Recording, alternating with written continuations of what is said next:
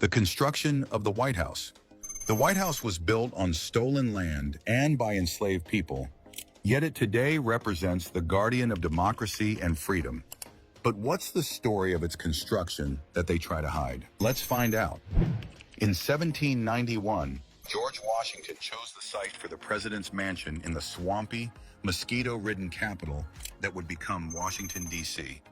To give the new republic a palace that rivaled European grandeur, the government held a design competition, which was won by James Hoban, an Irish-born architect who drew heavily from neoclassical styles.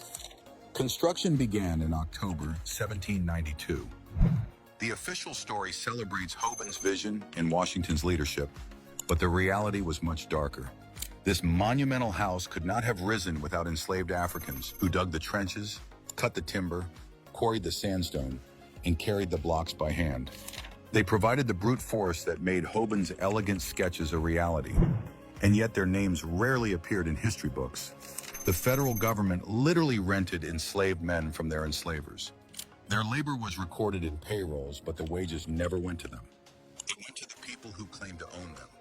Enslaved workers were joined by free African Americans and European immigrants, mainly Irish and Scottish stonemasons, who brought skill and artistry to the project. Together they built the structure, but the terms were far from equal. A mason might earn $1.25 a day, while the enslaved earned nothing at all. When Washington himself approved these arrangements, he effectively sanctioned the contradiction that would haunt the building forever. Liberty was celebrated at the top, while chains rattled at the bottom. By the time John Adams moved into the White House in 1800, the house was barely livable. It was drafty, unfinished, and Abigail Adams famously had to hang laundry in the East Room because there was no suitable space for drying clothes. Still, the building stood as a political statement. America had a palace for its president. But again, the irony could not be escaped. Within its walls, enslaved men and women continued to cook, clean, and serve. The so-called People's House was maintained by people who weren't even recognized as people under the law.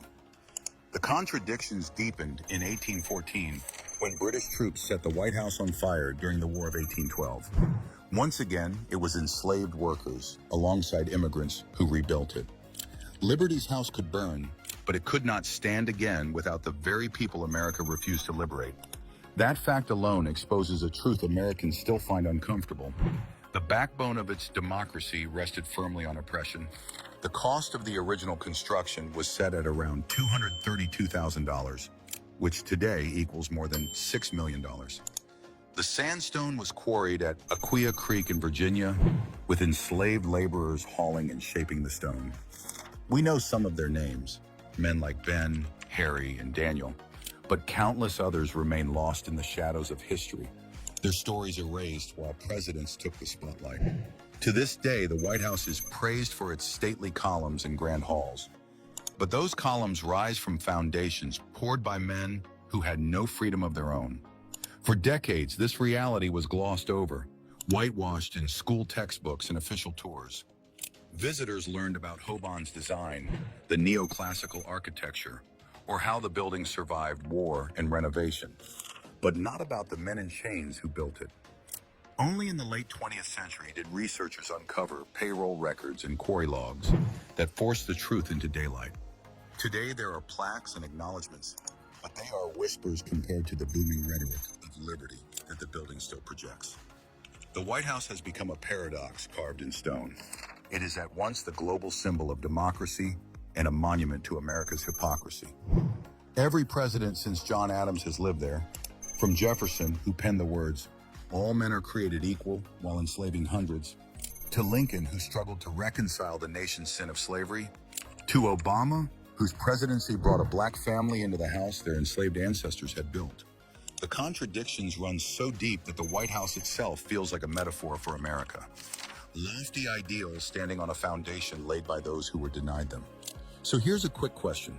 If the very home of American democracy was built on oppression, what does that say about the true legacy of liberty in the United States?